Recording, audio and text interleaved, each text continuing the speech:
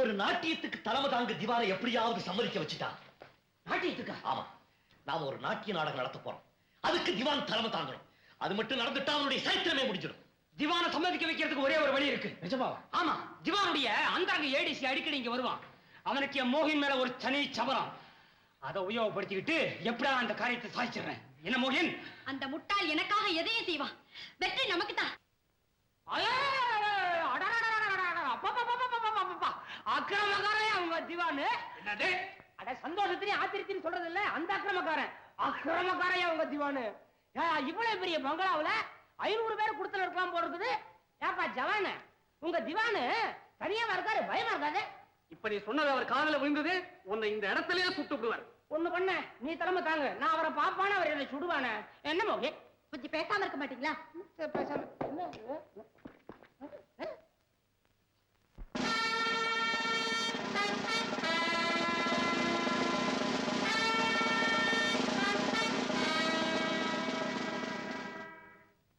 திவான் அவர்களே, நான் ஏற்கனவே தங்களிடம் சொல்லியிருந்தேனே நாட்டிய கோஷ்டி என்று. இவர்கள்தான் தங்களை தலைமை தாங்க சொல்ல நேரில் வந்திருக்கிறார்கள்.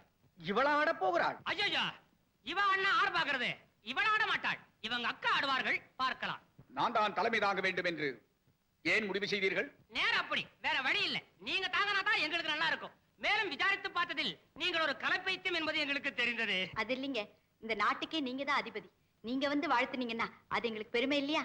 நாட்டியம் எத்தனை மணிக்கு ஆரம்பம்? நீங்க வர வேண்டியதா, உடனே மணி அடிக்கும், அப்புறம் எல்லாம் முடிஞ்சு போயிடும்.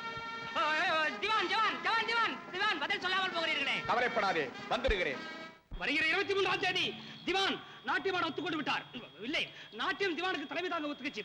இல்லை, திவான் நாட்டியத்தை தாங்குறார். ஐயோ ஐயோ, திவான் தலைமை தாங்க ஒத்துக்கிட்டார். அப்படி சொல்லலாம்.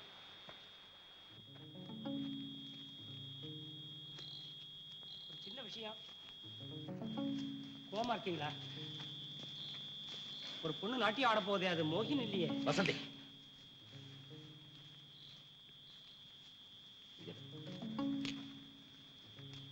சந்தர்,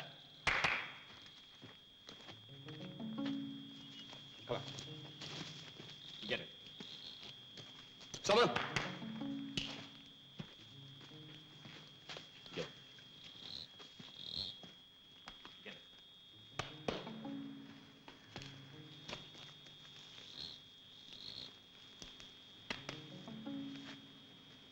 நான் இங்க நிக்கிறேனே, பரவாயில்லையா?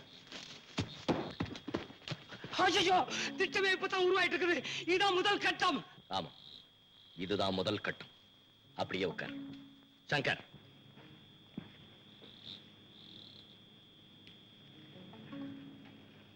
இதுதான் நாட்டிய மேடை. இது ஜனங்க. டிக்கிதான் திவான். இந்த இடத்துல தான் திவான் உட்கார்ந்து நாட்டியத்தை ரசிக்க போறான். உட்காரடே. அடையாளமே தெரியாம அரபு நாட்டு உடையில நாம எல்லாரும் இருக்க போறோம். அரேபிய அழகியா வசந்தி மேடையில நாட்டியம் ஆடுவா. ஆமா, நீதான். அது ஒரு அழிவு நாட்டியம். உன் பக்கத்துல நான் சவுக்கோடையும் கை துப்பாக்கியோடையும் நின்றுகிட்டு இருப்பேன். அகராதீங்க.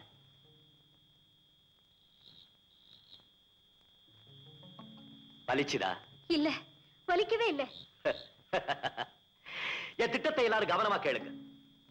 சோமு, மின்சார விளக்குகள் எரியறதுக்கும் அணையறதுக்கும் உன் பக்கத்திலேயே ஒரு சுவிட்ச் போர்டு இருக்கும்.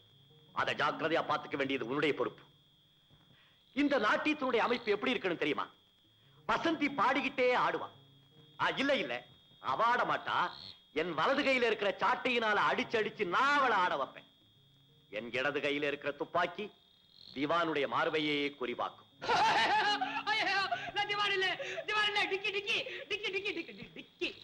நீ இப்படி இடையில சத்தம் போட்டுக்கிட்டே இருந்த திவானுக்கு ஏற்பட போகும் கதி உனக்கு இப்பவே ஏற்பட்டு.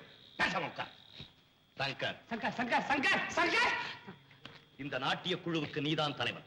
திவான் பக்கத்திலேயே உட்கார்ந்து அவனை கண்காணிச்சுக்கிட்டே இருக்கணும். சந்தர், நான் வசந்தி அடிக்கிற ஒவ்வொரு அடியையும் நீ எண்ணிக்கிட்டே வரணும். நீ மட்டும் இல்ல, எல்லாரும் கவனமா எண்ணணும். எண்ணிக்கையில தவறே ஏற்படக்கூடாது. சோமு, நான் வசந்திய 15வது முறை சவுக்கால அடிக்கும் போது அந்த மண்டபத்தில் இருக்கிற எல்லா விளக்குகளும் ஒரே சமயத்தில் அணையணும். அது உன்னுடைய பொறுப்பு. புரியுதா? எல்லாத்துக்கும் புரியுது இல்ல? 15வது சவுக்கடி. சோமு விளக்கு அணைச்ச உடனே கண்டு வைக்கிற நேரத்துல நான் திவானை சுட்டுடுவேன். இருட்டு, குழப்பம், கூச்சல், இதுக்கு மத்தியில நாம தப்பிச்சாகணும். அது சரி, குறி தவறாம சுட்டாகணுமே. நான் வச்ச குறி தப்பாதுங்கிறத இப்பவே நிரூபிச்சு காட்டுறேன். 12, 13, 14.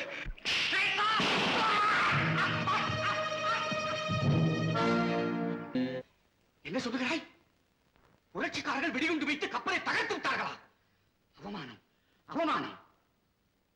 கப்பலை காப்பாற்ற தவறிய பொறுப்பற்ற ஆட்களையும் அதிகாரிகளையும் உடனே கைது செய்து கடுமையான தண்டனை அறியுங்கள். இது என் கட்டளை.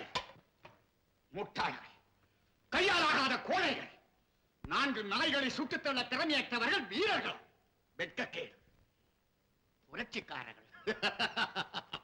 இந்த நாட்டில் உள்ள மக்கள் அத்தனை பேருமே எனக்கு எதிராக புரட்சி செய்யட்டும். அவ்வளவு பேரையும் கொண்டு குவித்து இந்த நாட்டையே சுடுகாடாக்கி விடுகிறேன்.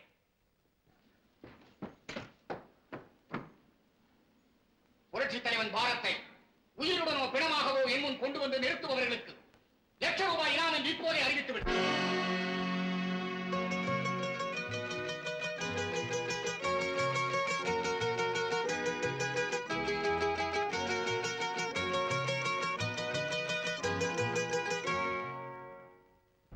உயிருடனோ அல்லது பிணமாகவோ கொண்டு வருபவர்களுக்கு ரூபாய் 1,00,000 இனாம். மடையனுங்க போட்டோ பிடிக்கும் போது நின்னாருல்ல, அப்ப விட்டுட்டானுங்க. இப்ப புடிச்சு கொடுத்தா ₹1,00,000 தரானுங்க. அது பழைய போட்டோடா மடையா. பாருங்க, ₹1,00,000 பரிசு. நம்ம பாரதனுடைய உயிரை திவான் எவ்வளவு மலிவா எடை போட்டுட்டான். என்ன அப்படி சொல்லிட்டீங்க? ₹1,00,000 எவ்வளவு பெரிய கணிசமான தொகை. ஐயோ ஐயோ ஐயோ ஐயோ, ₹1,00,000 எவ்வளவு அழகான பணக்கார வார்த்தை. விடாத. நான் உணரல.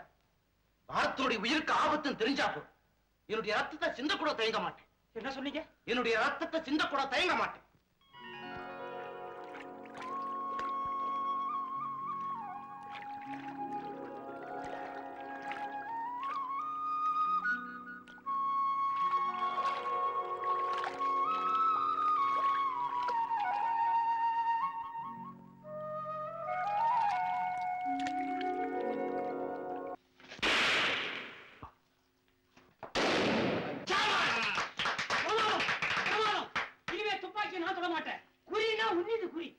ஏற்கனவே நேர்ந்துவிட்ட தவறு மறுபடியும் நேரக்கூடாது என்பதற்காக நான் எடுத்துக்கொண்ட முயற்சியின் பலன் இது.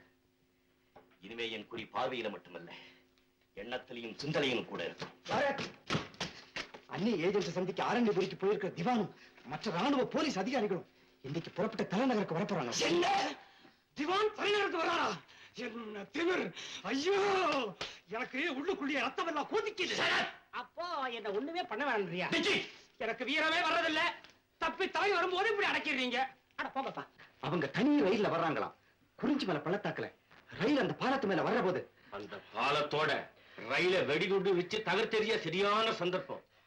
என்ன பாரத்? சரியா ராத்திரி 11 மணிக்கு ரயில் அந்த பாலத்தை கிடக்கும். இதை விட நல்ல வாய்ப்பு நமக்கு கிடைக்கவே கிடைக்காது பாரத். என்ன பாரத் யோசிக்கிறேன்? அவர் யோசிக்கல, தயங்குறார். ஓ, இன்ஸ்பெக்டர் ஜெனரலும் அதே ரயில்ல வர்றாருல்ல. என்ன இருந்தாலும் பாவம் சாப்பினார் இல்ல. தியாகம் செய்யறதுக்கு தந்தையினுடைய ரத்தம் வெறும் தண்ணீர் இல்லையே. என் மனசாட்சி சந்தேகிக்கிறவங்க யாரா இருந்தாலும் நான் சும்மா விட மாட்டேன். இந்த திட்டத்தை நாம எப்படி நிறைவேற்ற போறோங்கிறத பத்தி தான் யோசனை பண்ணிக்கிட்டு இருந்தேன். சந்தா, அந்த ரயிலுக்கு நாம வெடி வைக்க தான் போறோம். அதை நான் ஆட்சேபிக்கிறேன். வசந்தி, ஒரு அயோக்கியனை கொல்றதுக்காக சில நல்லவங்களை கொல்ல வேண்டிய அவசியம் இல்லை. லட்சக்கணக்கான மக்களுடைய நல்வாழ்வுக்காக சில நல்லவங்களை பலி கொடுக்கறதுல பாவம் இல்லை. நாட்டுப்பற்று தேவைதான், ஆனா அதுவே வெறியா மாறக்கூடாது. இது வெறியில வசந்தி. நாட்டுக்காக எதையும் தியாகம் செய்ய தயங்க மாட்டேன்னு சபதம் செய்தேனே, அந்த கொள்கைக்கு ஏற்பட்ட சோதனை. அப்போ நீங்க செய்த முடிவிலிருந்து மாறப் போறது இல்லையா? மாற போறதில்லை. பாரத், மஞ்சள் இழந்து மாங்கல்யம் இழந்து பட்ட மரம் போல் நிற்க போகும் உங்க தாய்க்கு நீங்க என்ன பதில் சொல்ல போறீங்க?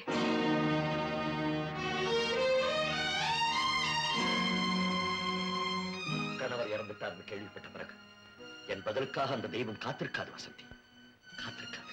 பாரத், இந்த திட்டத்தை நாம கைவிட்டுடுவோமா? முடியாது. என் முடிவை நான் மாத்திக்கவே முடியாது. வசந்தி, நீ உணர்ச்சிக்கு அடிமையாயிட்ட. நீ எங்க கூட வர வேண்டும். எனக்கு உணர்ச்சியே கிடையாது. நான் வரலாமா? நீ எங்க கூட வர வேண்டாம். முட்டாள்கள் எங்களுக்கு தேவையில்லை. முட்டாள் வேணாங்கிற அப்புறம் நீ போற ஷட் அப். ஐயோ திவான் தலைநகருக்கு வர போறாரே என் கைய கால கட்டி போட்டாங்களே நான் என்ன பண்ணுவேன் சரியா விட்டாங்களே சரியா